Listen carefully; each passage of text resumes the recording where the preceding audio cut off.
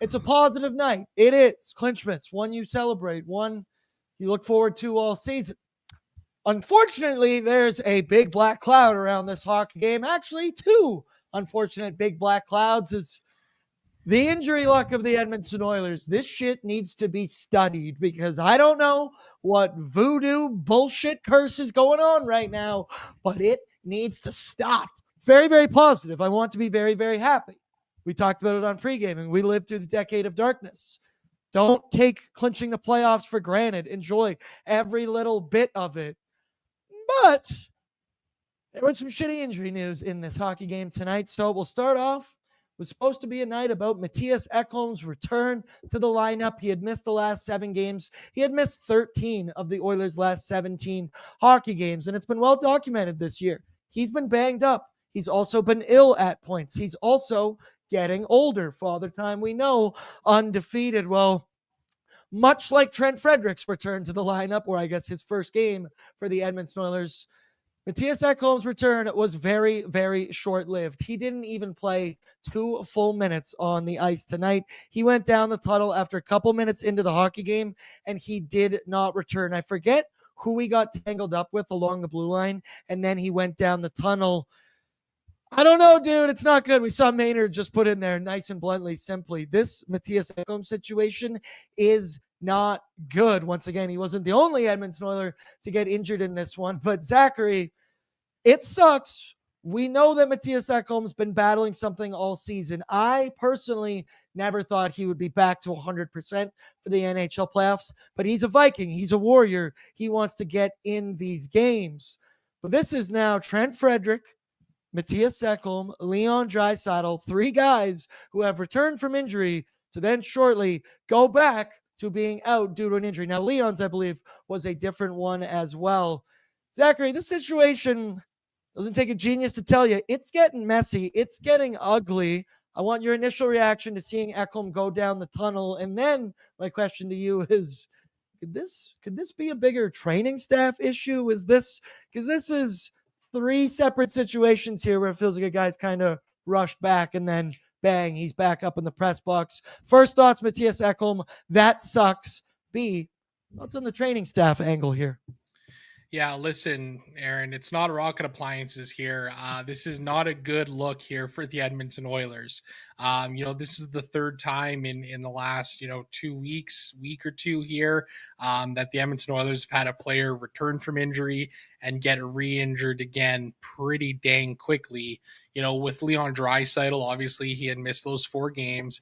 He bounced back, played a game, then got hurt in his 4th period back or 5th period back, something like that. Trent Frederick, the high ankle sprain, he missed so much time, finally makes his debut, and quite literally 6 seconds into his first shift back, he kind of re-injures that ankle. Granted, he was able to play through the rest of that game, but he's been out since, and now he may not be back for game 1 of the playoffs. Mattias Ekholm, he's been out of the lineup for a while now with, an undisclosed injury, although Bob Stauffer kind of hinted during the intermission, maybe a core muscle issue or a groin injury for Ekholm. He takes 3 shifts and he's out again.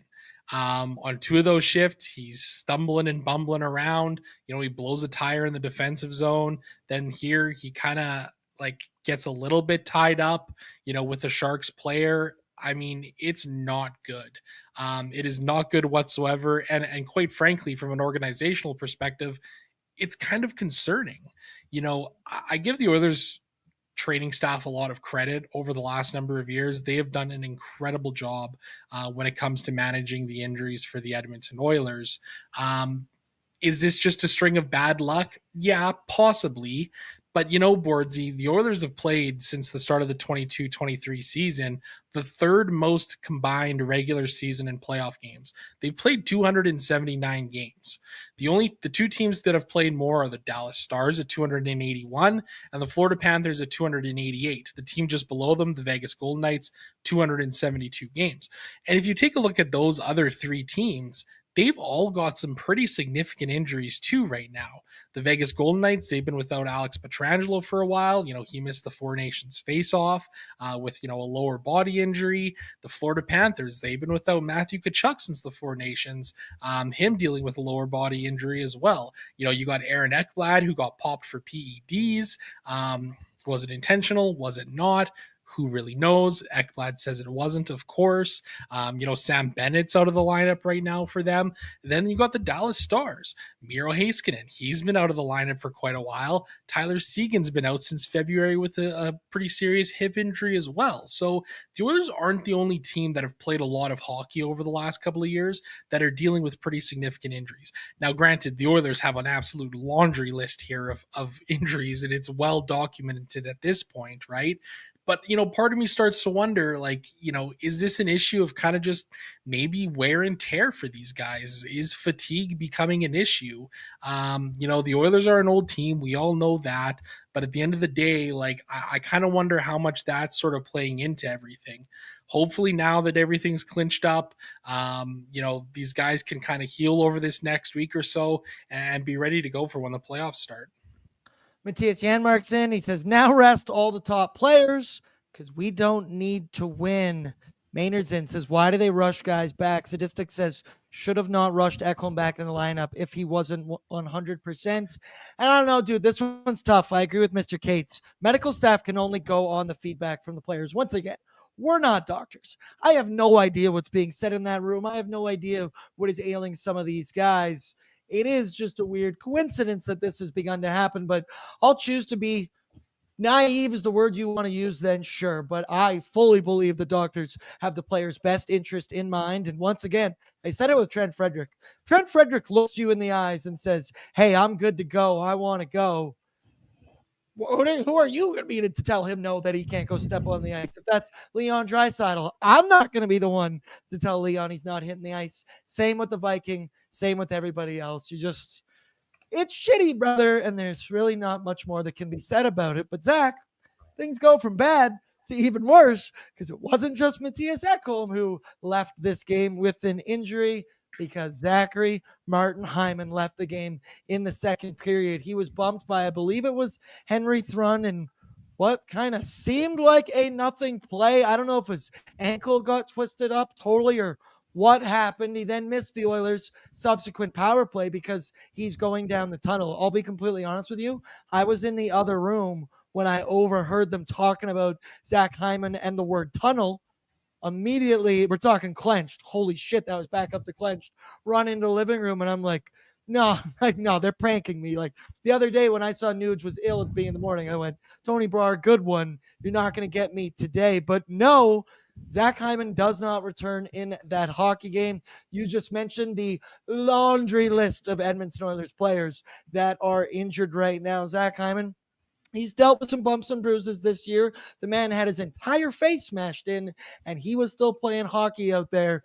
To keep him out at this point, I don't know. Once again, it's total speculation. I don't see an update for Zach Hyman yet here on the old X, the Everything app. But Zach, this sucks. We talked about it here before, but for most of the last couple of seasons, the Oilers have been for the most part, quite healthy team. They haven't really had that many major injuries, and it feels like they're making up for lost time right now because everyone's on the shelf. We'll add number 18, Zach Hyman, to it. No way to slice it. It was already a kick in the dick with Mattias Ekholm. This one was a second kick to try and finish the job. Yeah, absolutely. Talk about getting, kicked in the privates when you're already knocked down, right? I mean, it is just brutal to see. It is just brutal to see, man. It was a pretty innocuous thing. It didn't seem like it was anything serious. I mean, it kind of looked like he kind of got cross-checked in the ribs. Part of me wonders if that's kind of what it was, if he just kind of either A, had the wind knocked out of him, or B, just got a little bruised and banged up, and they're just like, hey, there's no point in rushing him or getting him right back out there or anything like that here tonight. So, you kind of just got to cross your fingers and hope that's the case. We've got some word out of the locker room from the Oilers post-game press conference. Oilers head coach Chris Knoblauch was asked whether, Hyman or Ekholm would be ready to start the playoffs. Quote, "It is a possibility with one of those guys that they will not be ready for the playoffs. We'll need to talk to the doctor," although he wouldn't say which one it was that he was talking about. My inclination, just based off of what's been going on, is it might be Mattias Ekholm, which is certainly not a great situation for the Edmonton Oilers. This sucks. Fuck. That's my response. I'm a man of few words. Any questions? Oh, that one stinks. And of course, that's more word gymnastics from head coach Chris Knoblauch, which once again, I don't blame him for playing these word gymnastics. The NHL playoffs are around the corner. Don't even tell me if it's upper body or lower body. I don't need to know that. The enemy doesn't need to know that. You keep that undisclosed. Well, that's not great news, Zachary. What's up, Nation citizens? If you like that video, then you need to be subscribed to the Oilers Nation YouTube. Podcasts, live shows, exclusive interviews, and analysis. Everything you need from your favorite voices at Oilers Nation. And you don't want to miss any of it, so hammer that subscribe button.